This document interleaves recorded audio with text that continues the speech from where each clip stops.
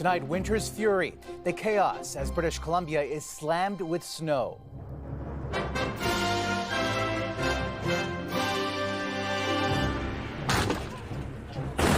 Digging in and spinning out. This is an all-provincial winter event. The brutal blast snarling traffic and shuttering schools. A mother's urgent message about a deadly and record spike in strep A infections. I am regretful that I don't get to see her grow up. Also, royal health concerns. The Princess of Wales in hospital as the King prepares for surgery. Plus, a housing crisis compounded by a slowdown in construction. It's troubling. And a former pro hockey player's cross-country goal. Maybe they have a teammate that now feels safe to come out. Facing off against homophobia and resisting a culture shift.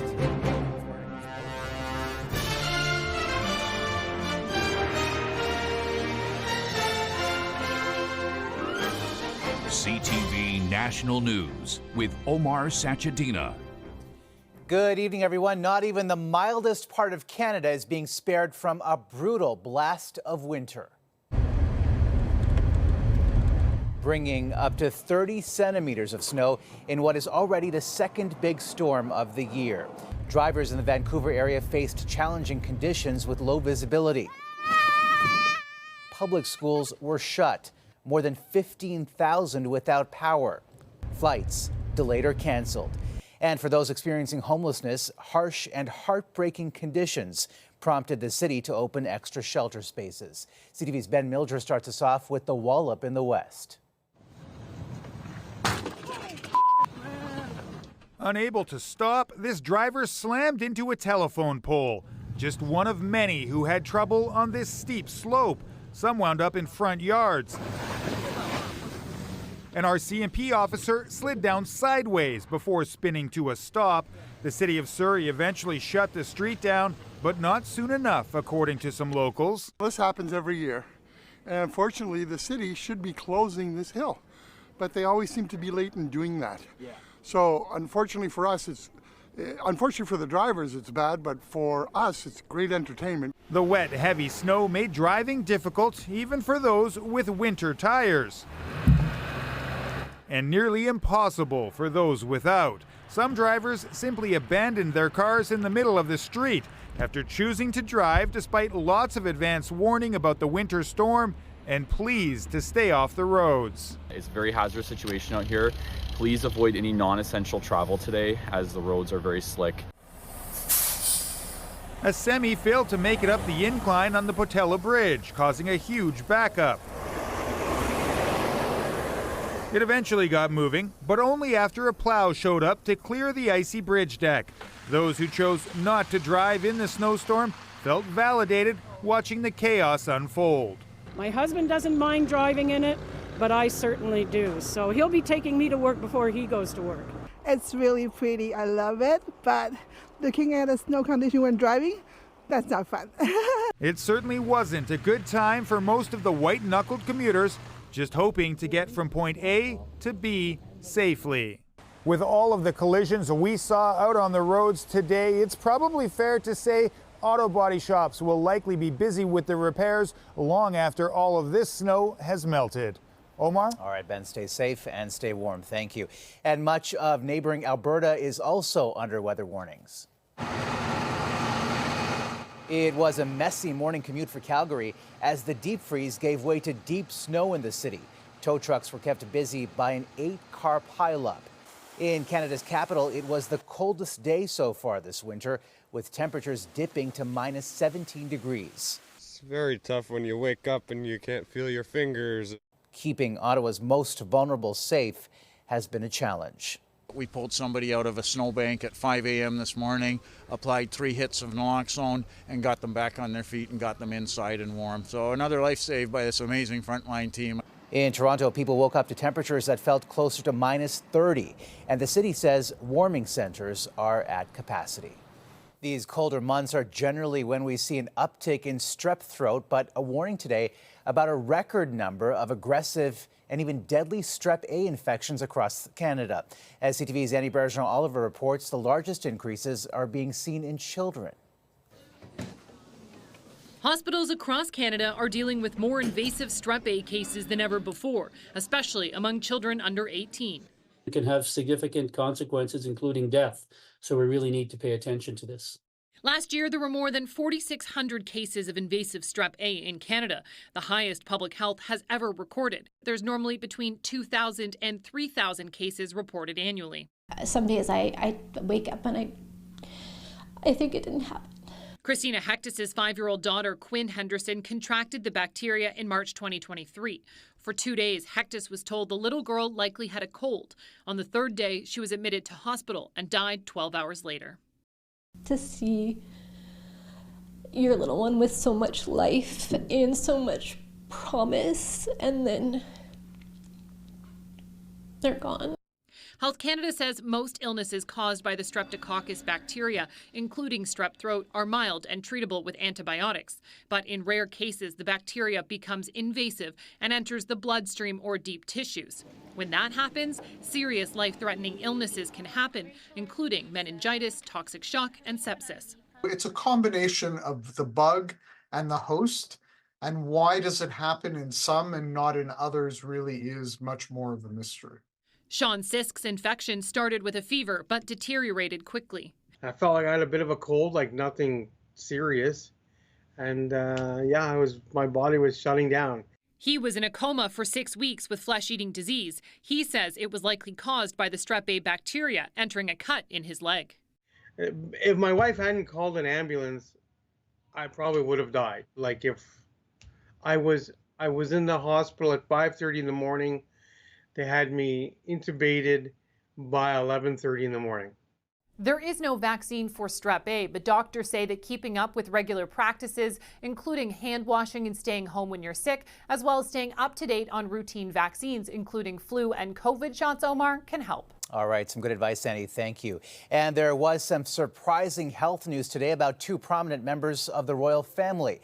Buckingham Palace says the Princess of Wales is in hospital and recovering from abdominal surgery, and King Charles is also scheduled for a procedure.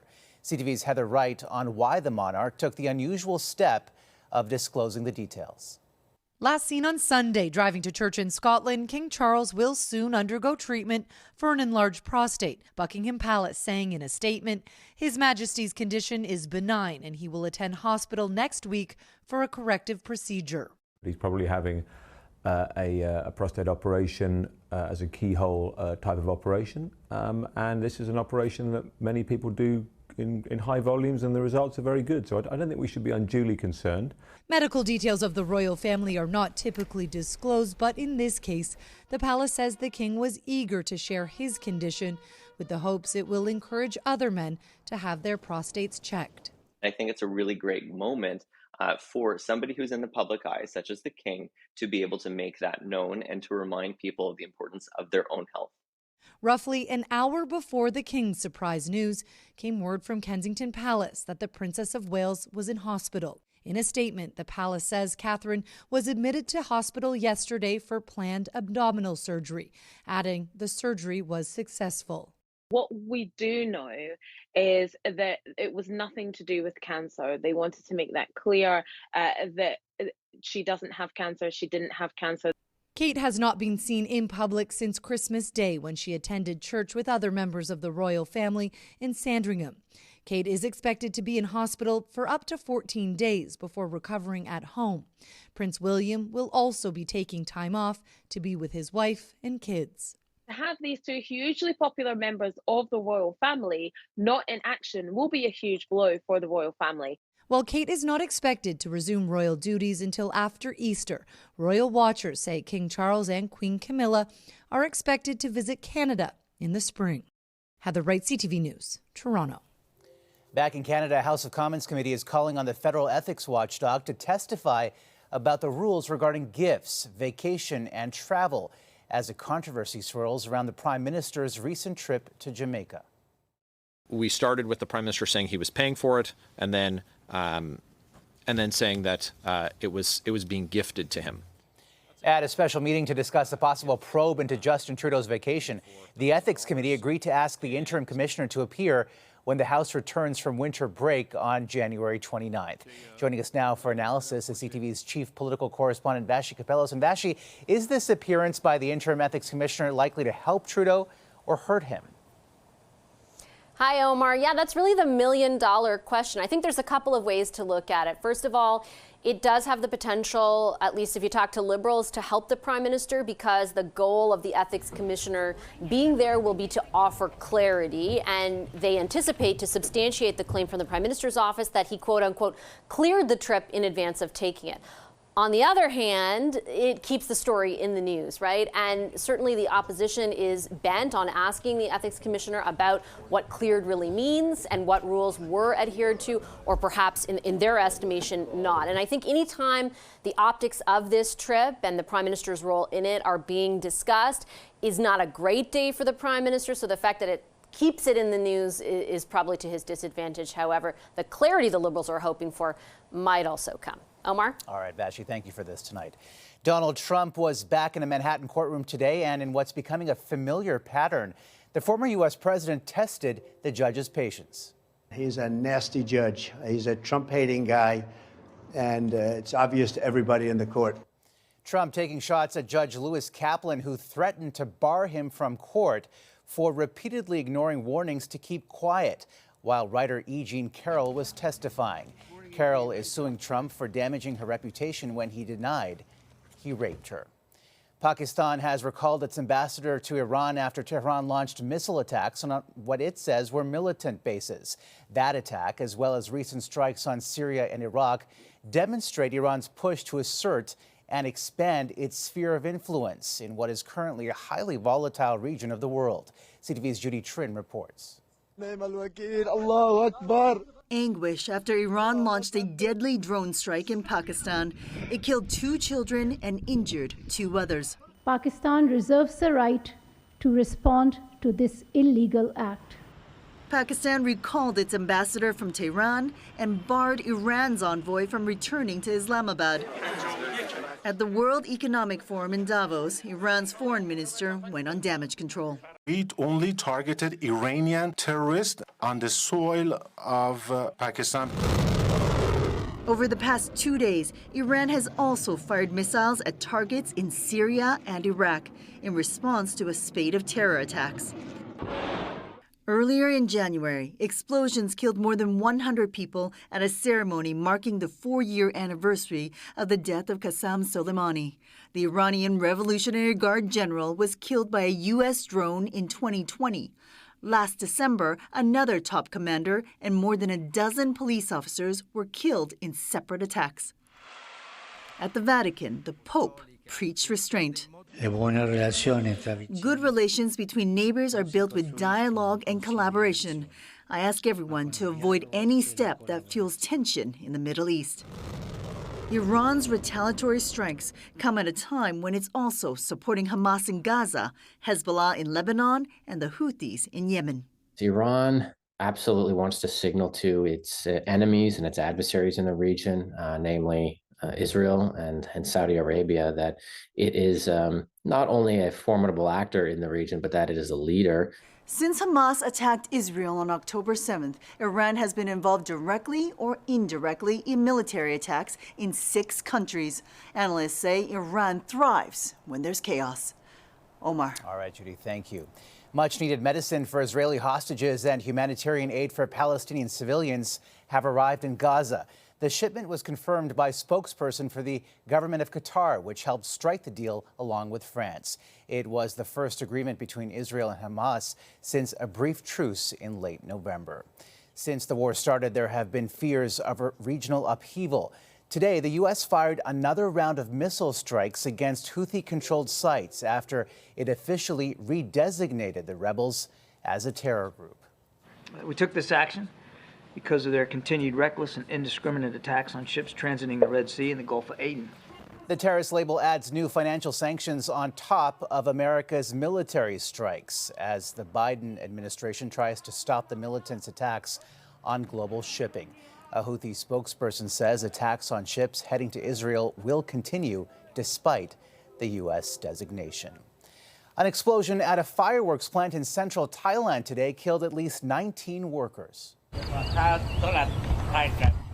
This is all that's left of the factory, about 100 kilometers northwest of Bangkok. There's no word on what caused the explosion. Authorities say there was another blast at the same plant over a year ago that left one person dead and 3 others seriously injured. Coming up, built-up demand but little supply. Our population is growing rapidly, and we're simply not building enough housing. The worsening housing crunch as construction slows. Plus, the former pro stick handling a major culture shift in hockey.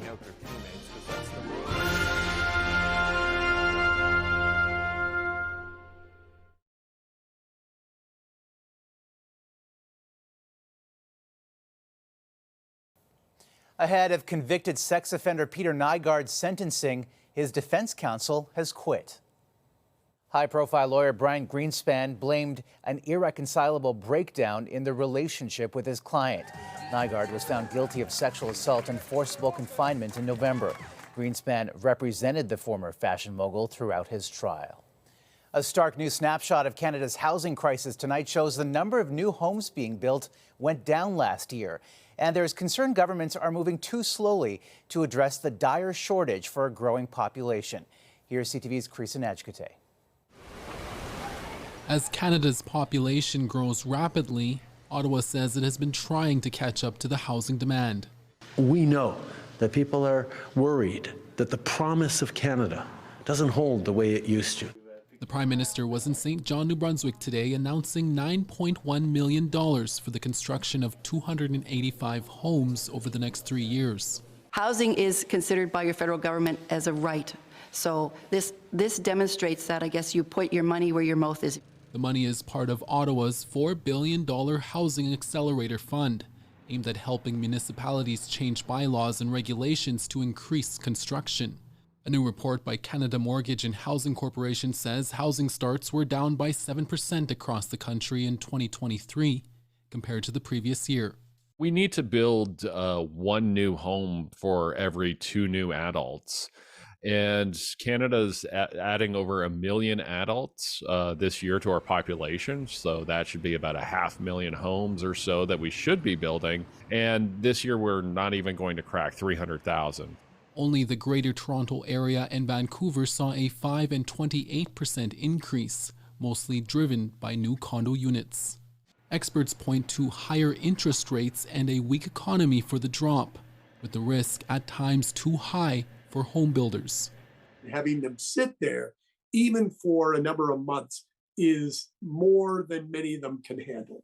So public policy needs to take some of that risk off the private sector.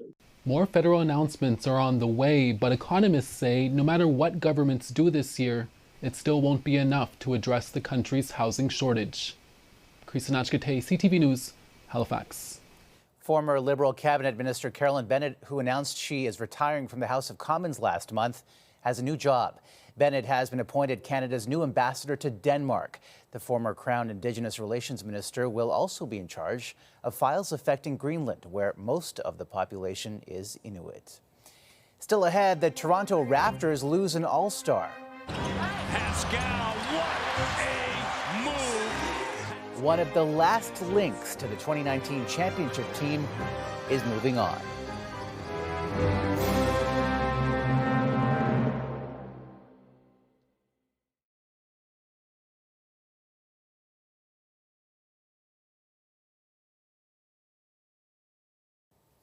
The lengthy and often nasty family feud for control over Rogers Communications appears to have reached a resolution.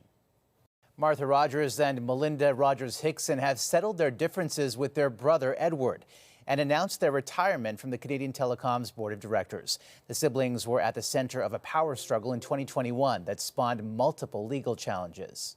In a post on X, Martha Rogers thanked everyone for their well wishes on the, quote, divorce.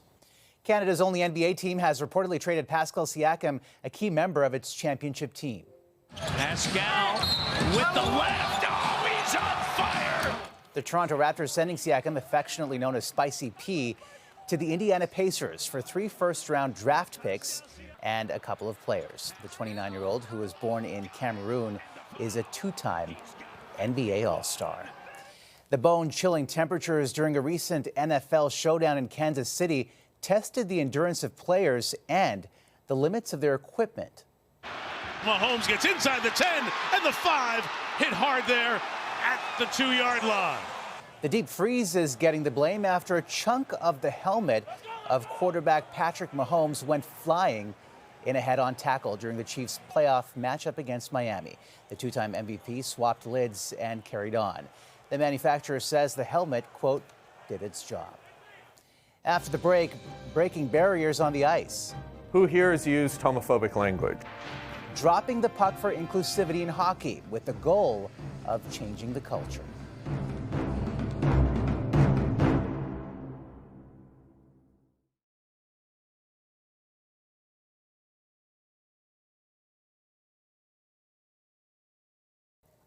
We leave you tonight with a man on a mission who was focused on stopping goals and is now advancing one.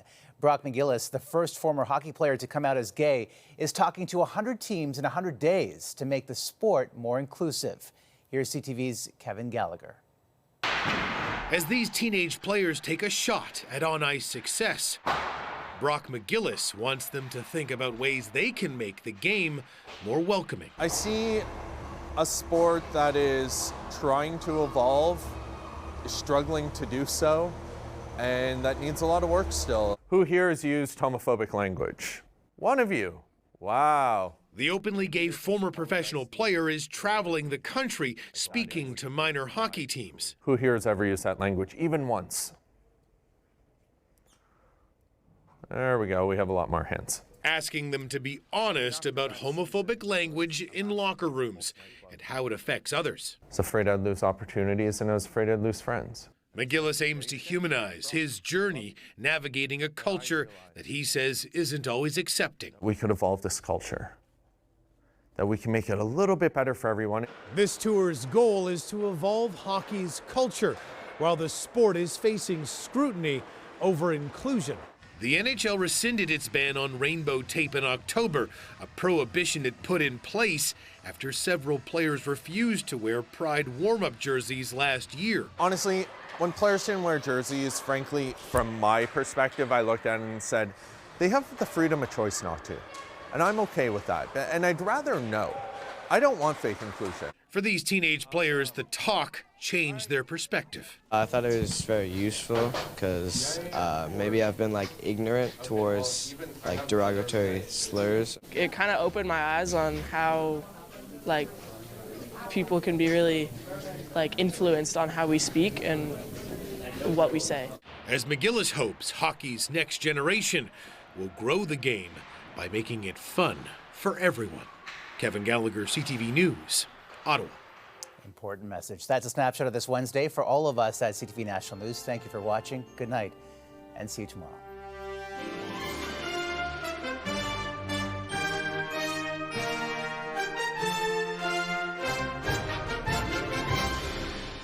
CTV National News, Canada's #1 newscast.